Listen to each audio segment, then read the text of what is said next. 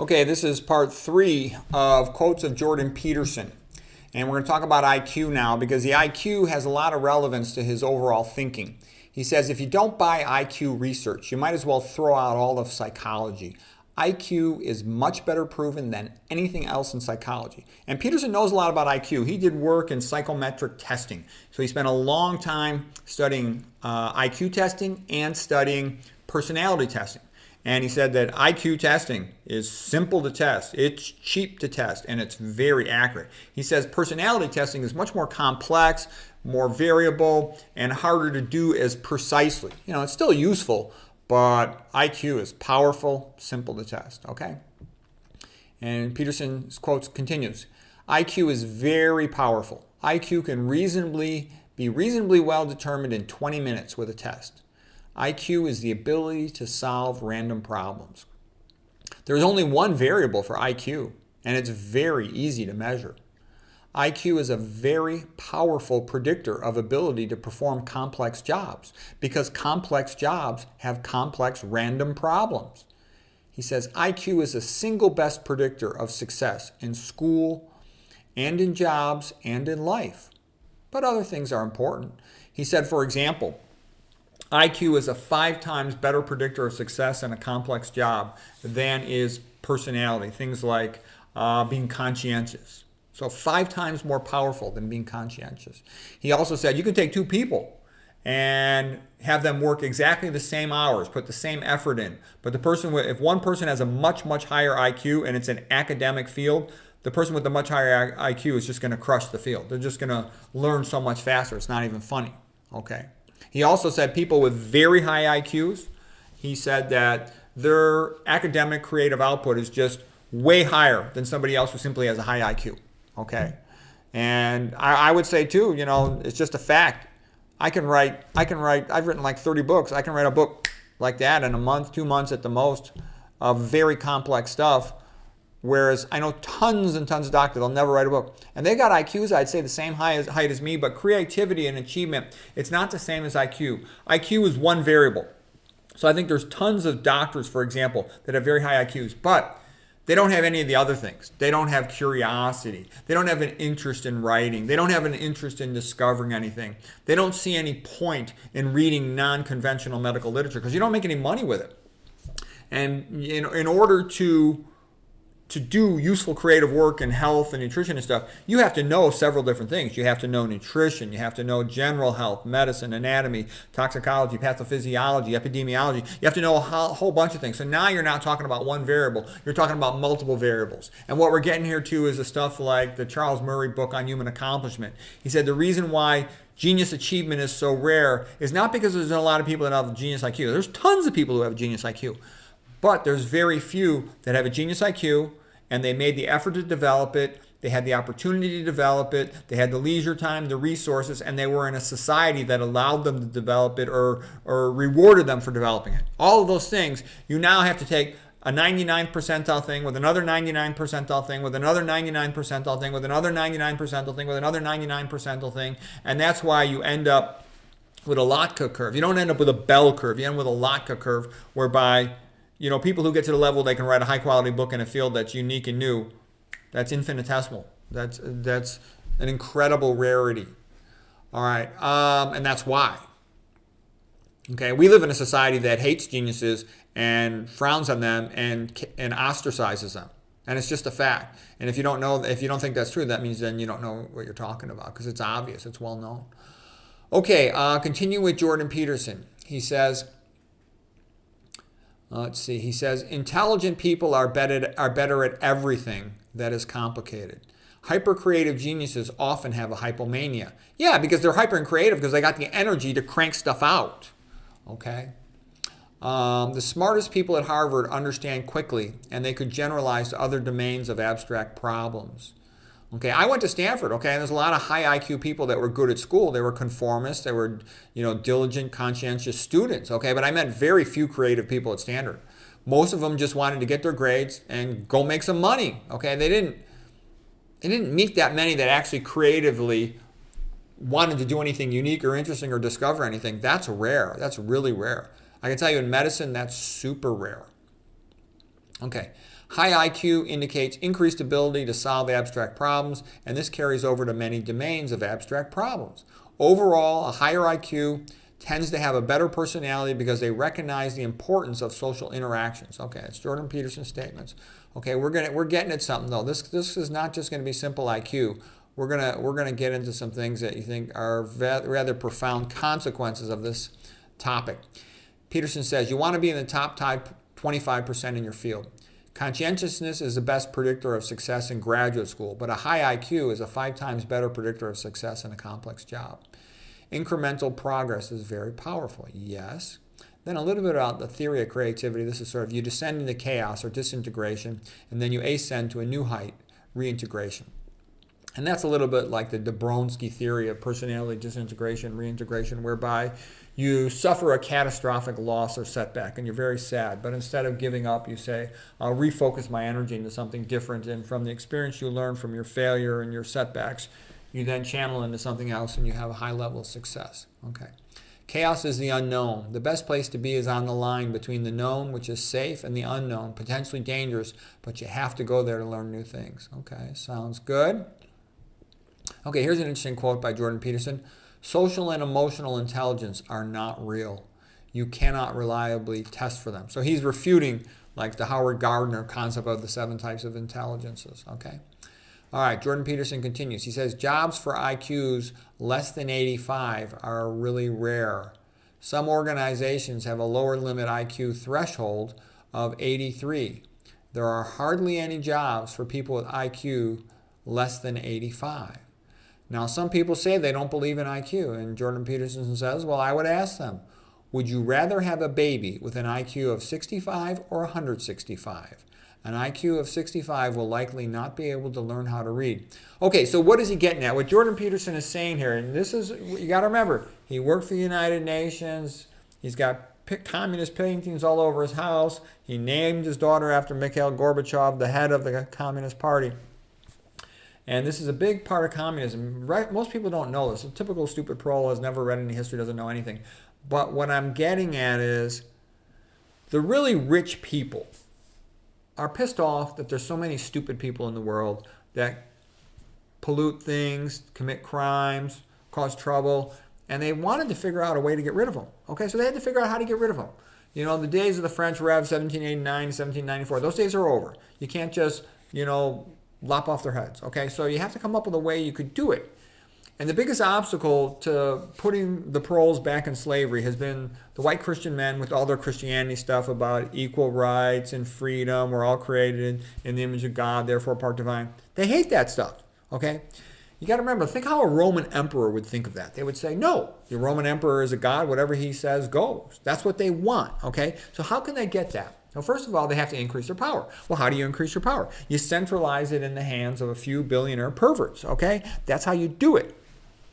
Okay, well then they have to stop anybody who's trying to stop them. Who's trying to stop them? In their opinion, they think the only group that has any ability whatsoever to significantly block them from doing whatever they want is the white Christian man. So he has to be destroyed. And that's why you have all this political correctness. That's why you have all this stuff about racism, genderism, sexism, xenophobia, all this stuff. No one really cares about all this stuff except for it's a way to crush the white Christian man. Turn everybody against him in society, the coalition of the fringes. Because once he can be pushed aside, everyone else is basically, chump feed. They're easy to take care of. There's not enough of them, or they're too poorly organized, or they're too illiterate, or they're too stupid. As far as the billionaire perverts are concerned, it will be easy to control them. The only one they're a little bit concerned about is the white Christian male, because he's the one that had the Declaration of Independence, 1776, and all that stuff. So we just turn everybody against him, flood his country with people who hate his guts, and once he's pounded into the ground, then we'll keep a few workers to run the machines, a few people to clean the toilets and stuff, but basically we'll knock the population down 95%. This is all in writing. None of this is my theories or my opinions. This is what has been in writing for decades, okay, for people who actually read, all right? So what I'm trying to tell you, what is Jordan Peterson saying here between the lines? What he's saying is that there's tons of people who have IQs less than 85, and they're too stupid to do any useful job.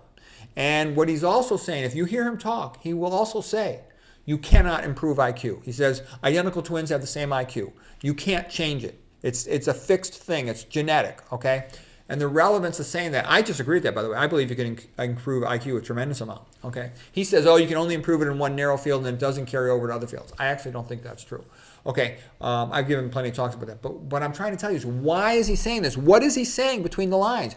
What he's basically saying is a giant segment of the world's population, in his opinion, is too stupid to ever do anything useful, and you cannot fix the problem because IQ is genetic and is fixed, and all these stupid, worthless people, it's like what they used to say in Germany in the 1930s. They said these people are worthless eaters, life not worth living. Okay, that's what he's saying. Now, you can say he's not saying that. You can say, oh, there's a different way to interpret it. Yeah, sure. Okay?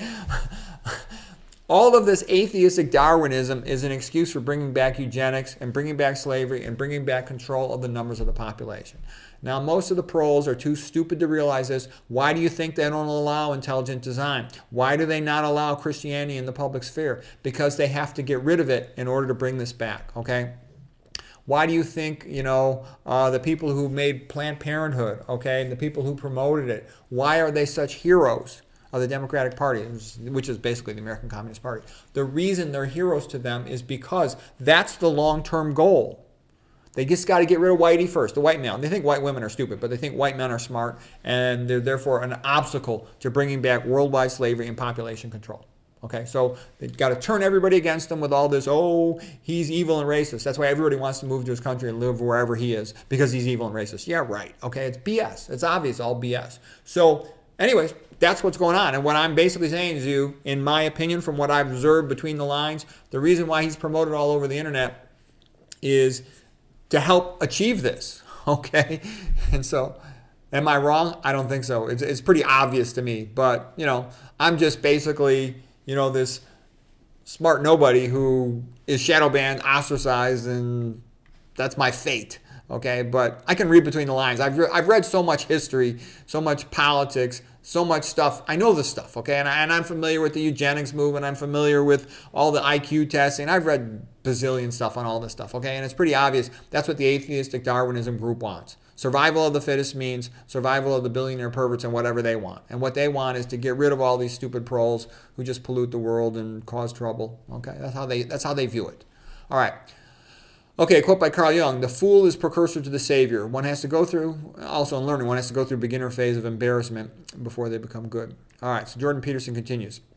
If you're trying to build a singing choir, it's helpful to select people with nice voices. If you're trying to select people who will be successful at university, then it's high IQs are helpful. If something enables you to make accurate predictions, then it's probably a real measurement. And you can tell you, look at how Bill Gates wanted to hire employees. Bill Gates said, this is an IQ business. He wants people with high IQs, okay? There's nothing ambiguous about that. If you want people to do academically difficult things, you want high IQs. You don't talk about diversity. You don't talk about anything. You say, give me the highest IQs that are hardworking and motivated and will do the job, okay? And that sounds very harsh, but there's truth in that. But what I would tell you too is you can dramatically increase your intellectual academic performance ability if you want to. Most people don't ever try. They're not curious. They're lazy. They don't even go for it. But if you go for it, you can make a giant difference in your academic ability. Okay, he says Milo is like a court jester, which makes it easy for him to joke about society. Evil is the conscious desire to create unnecessary suffering. What I've seen quite often is one group of people will say, this is our in-group and everyone else is the out-group. So we have to be good to the in-group, but everybody who's in the out-group, screw them, we can do whatever we want to them. Okay? It's like in the Muslim world, if you're not a Muslim, you're a dhimmi. And the dhimmi, you're allowed to treat them poorly, tax them worse and treat them bad, okay? And that's pretty much how almost all cultures have been since the beginning of the world. They sort of see themselves as the in-group and everyone else is the out-group. The one obstacle to that, what is it? It's Christianity. Christianity says all men are created in the image of God. And Christianity is what got rid of slavery. Where you don't have Christianity in the world, you still have slavery, okay?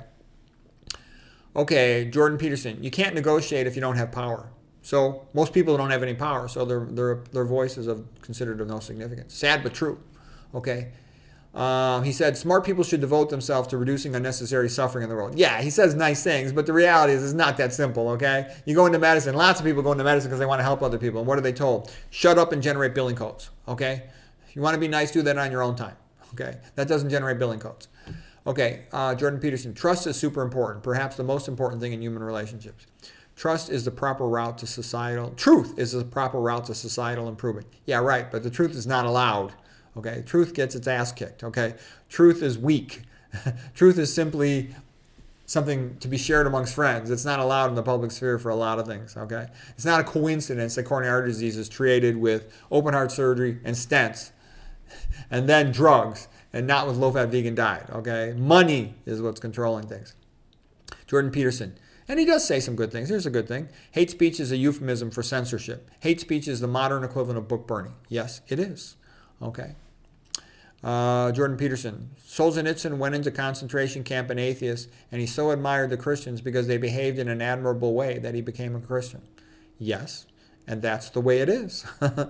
Any culture that does not worship the family dies. Yeah, he also makes the point that as soon as you tell women they need to get educated, and you emphasize education for women, and you tell them that being a housewife and a homemaker is for lowlifes, then the population, then their birth rate drops. Okay, women will do whatever they're told. They just conform to whatever society tells them. And then they get older, they get like 35, 40, and they're like, hey, I love my kids. I love being home with my kids. I hate my job. Why do I have to work all the time? But now they're trapped because usually they've got themselves into a financial situation where they have to work now. And quite often they've divorced their husband, so they're not getting the kind of money they used to get. And then they're stuck working the rest of their life and they become bitter about it. I see that all the time. Lots of middle-aged women are very bitter. They wish they had more kids. They wish they had more time for their children. And they're sick of working all the time. The same job that's fun when you're 25 years old and you see your friends, hey, what are you doing this weekend? It's not so fun when you're 45 and you're totally sick of it. You've been doing it for 25 years and you really wish you could be at your kids, okay? And that's the fate of lots and lots and lots and lots of middle-aged women. And then society also tells you, oh, men are jerks, men are assholes, divorce that asshole. Okay, so they divorce their husband and they're like, hey, who's going to help me now? And the husband's like, how come you don't give me as much money more? Because you divorced me, you bitch. Okay, so now she's got less money, she's got more jobs to do, and she's pissed off and she's sad, and now she's old and fat and no man wants her. Okay, tons of women are in that situation. Okay, Jordan Peterson, let's see if he's got anything else to say here. I don't know if I got any more quotes. We'll see. This might be it. Oh, a couple more. Those who block your freedom of speech do not want you to thrive. You need freedom of speech to be able to work towards the truth. What's relevant when you don't know where you are? Everything is relevant. It can be overwhelming. Solzhenitsyn, we like people who value us highly. So anyways, that's it for parts 1, 2, and 3. This was part 3 of Quotes of Jordan Peterson. Hope you found that helpful.